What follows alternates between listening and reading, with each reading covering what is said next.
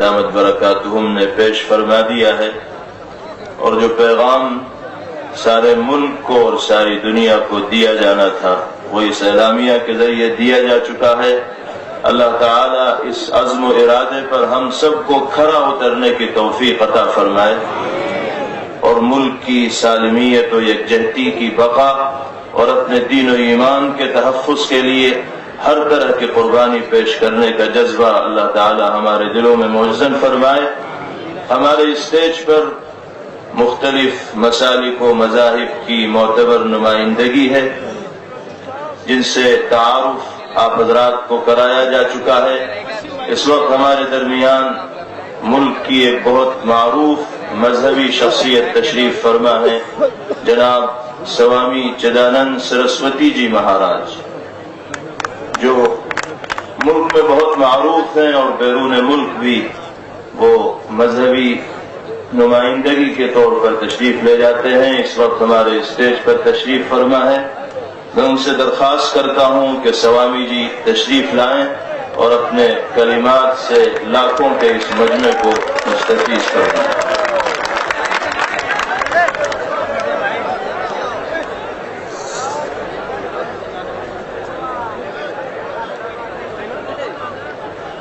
काबिल एहतराम पूरे भारत से अलग अलग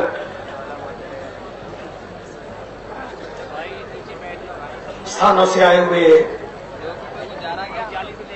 चिश्ती साहिबान, काबिल एहतराम उलेमा, औलियास, आलिम्स और मेरे सभी दोस्तों, मुझे बड़ी खुशी है कि आज कई वर्षों के बाद एक व्यक्ति के आकर्षण की वजह से एक ऐसा इंसान जो इंसानियत का फरिश्ता है,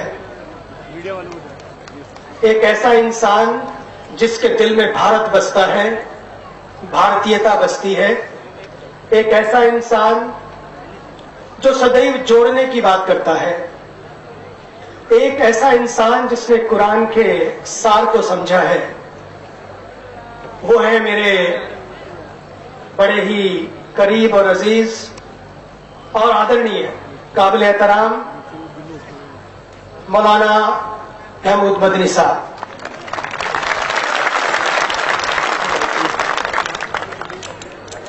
जमीयत उलेमा हिंद के सभी और सभी जितनी भी ऑर्गेनाइजेशन से, उनके सभी से मैं आज और आप सबसे एक बात कहना चाहता हूं। ये पहला सबक है किताबे खुदा का, ये पहला सबक है किताबे खुदा का कि मखलूक सारी है कुनबा खुदा का। मुझे लगता है कि जिस दिन हम इस बात को समझ लेंगे, मेरे को अभी थोड़े दिन पहले मैं एक फंक्शन में गया, दाएं हाथ दाएं पैर में थोड़ी सी चोट लगी। दाएं पैर में जब चोट लगी तो तुरंत ही मेरे बाएं पैर को मुझे प्रार्थना नहीं करनी पड़ी, मुझे कोई फरियाद नहीं करनी पड़ी कि प्लीज दाएं पैर को प्रॉब्लम हो गई है, अब तुम थोड़ा संभाल लो। बाएं पैर अपने आप ही खड़ा हो गया, लिंप करने लगा मैं और अपने आप संभाल लिया। मेरे बाएं पैर ने दाएं पैर की उस चोट को संभाल लिया। अभी अभी एक शेर पढ़ा गया, आदरणीय महमूद मदनी साहब ने एक शेर पढ़ा। मैं समझता हूं वो शेर इस भारत की जान है। जब तक वो शेर जिंदा रहेगा, ये भारत जिंदा रहेगा, ये जहान जिंदा रहेगा। और वो जो हम है ना, उस हम को हमें समझना है। मुझे तो लगता है कि आज हिंदुओं का हा और मुसलमानों का माँ, ये दोनों मिलकर हम उस हम की शक्ल में आए। शक्लें भले ही अलग होंगी, हम शक्ल हो जाएंगे एक साथ चलकर। मुझे तो लगता है कि समय आ गया है ये कहने का, यदि हम चाहते हैं कि भारत में हरियाली बनी रहे, यदि हम चाहते हैं कि भारत में, हिंदुस्तान में खुशहाली बनी रहे, तो हरि और अली के मानने वालों को, यदि हम चाहते हैं कि हरियाली बनी रहे, तो हरि और अली के मानने वालों को साथ साथ मिलकर काम करना होगा, जुड़कर कंधे से कंधा मिलाकर साथ चलना होगा। कोई इस देश की हरियाली को नहीं रोक सकता, कोई इस देश की खुशहाली को नहीं रोक सकता।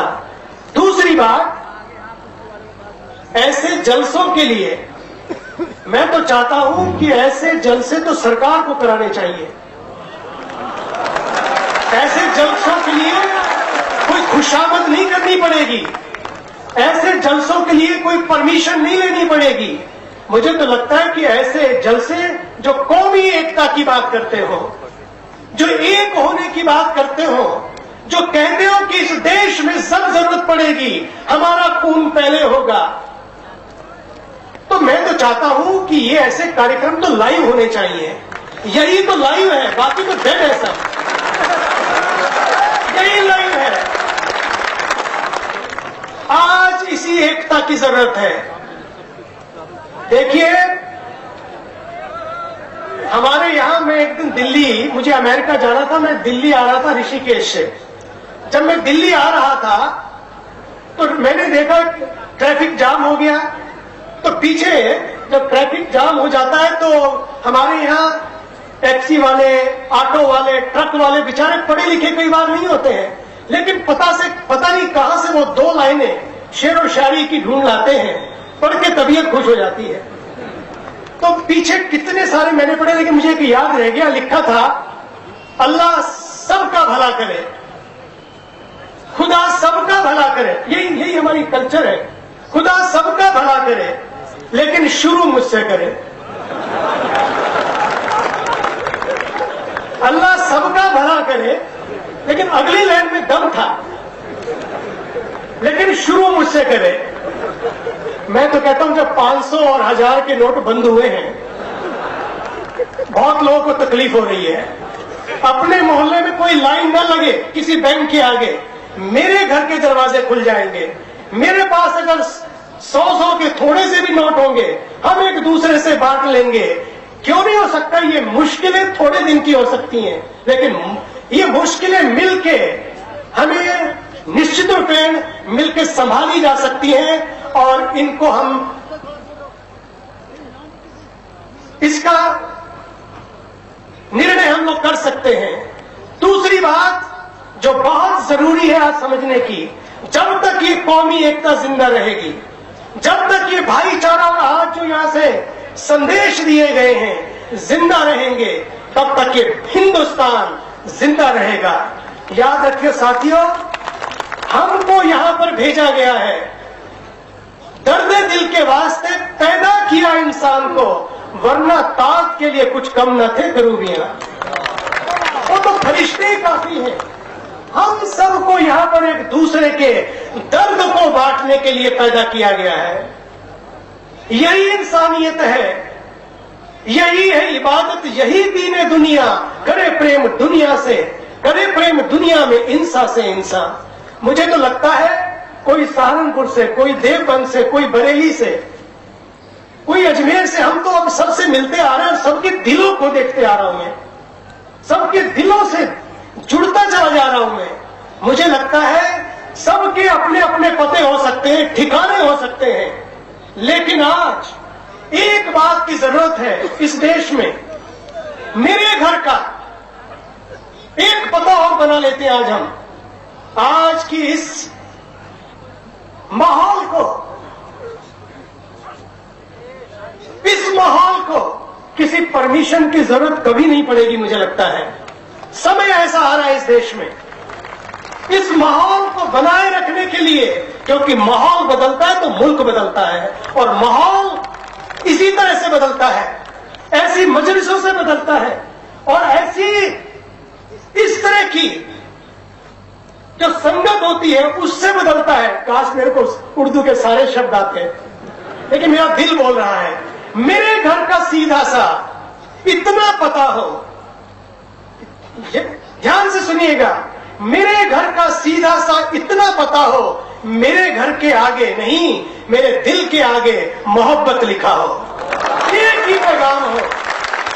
मैं आपको कहना चाहता हूं, मैं अभी 10 दिन पहले वेटिकन सिटी में था पोप के साथ, आदरणीय पोप के साथ और ग्रैंड मुफ्ती पूरे यूरोप के, ग्रैंड मुफ्ती पूरे इजिप्ट के, ग्रैंड मुफ्ती अनेकों देशों के, सभी देशों के करीब 200 नुमाइंदा वहां पर थे और नुमाइंदगी कर रहे थे।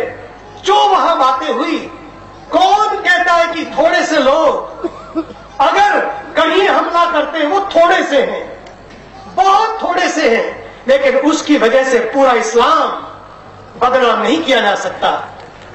उसकी वजह से मुसलमान बदनाम नहीं हो सकता। मुसलमानों की भी एक बहुत बड़ी जिम्मेदारी कंधों पर आई है कि कुछ थोड़े से लोगों की वजह से हम आज संकल्प करते हैं ना इस्लाम बदनाम होगा। इस्लाम तो शांति का प्रतीक है।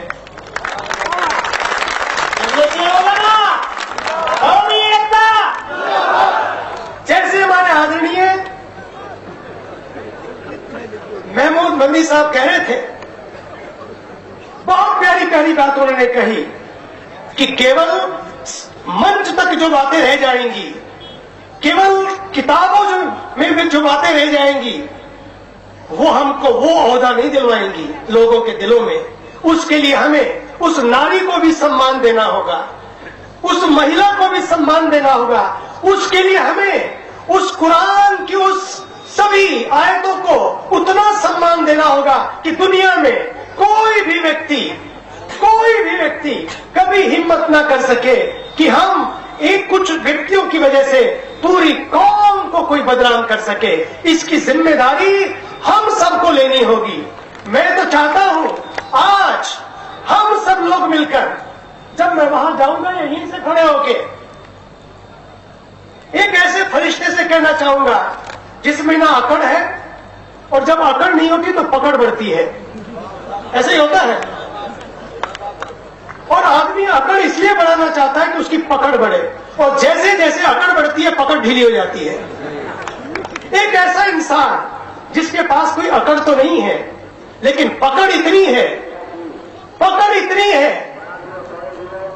कि आज के जलसे के लिए परमिशन को चलकर आना पड़ा,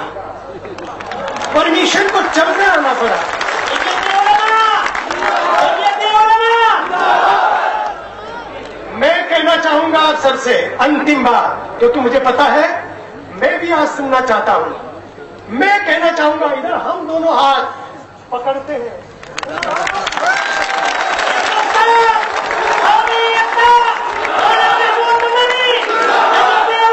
एक दूसरे का हाथ जहां जहां बैठे हैं आप इसी तरह से खड़े कर ले सकते अपने हाथ को।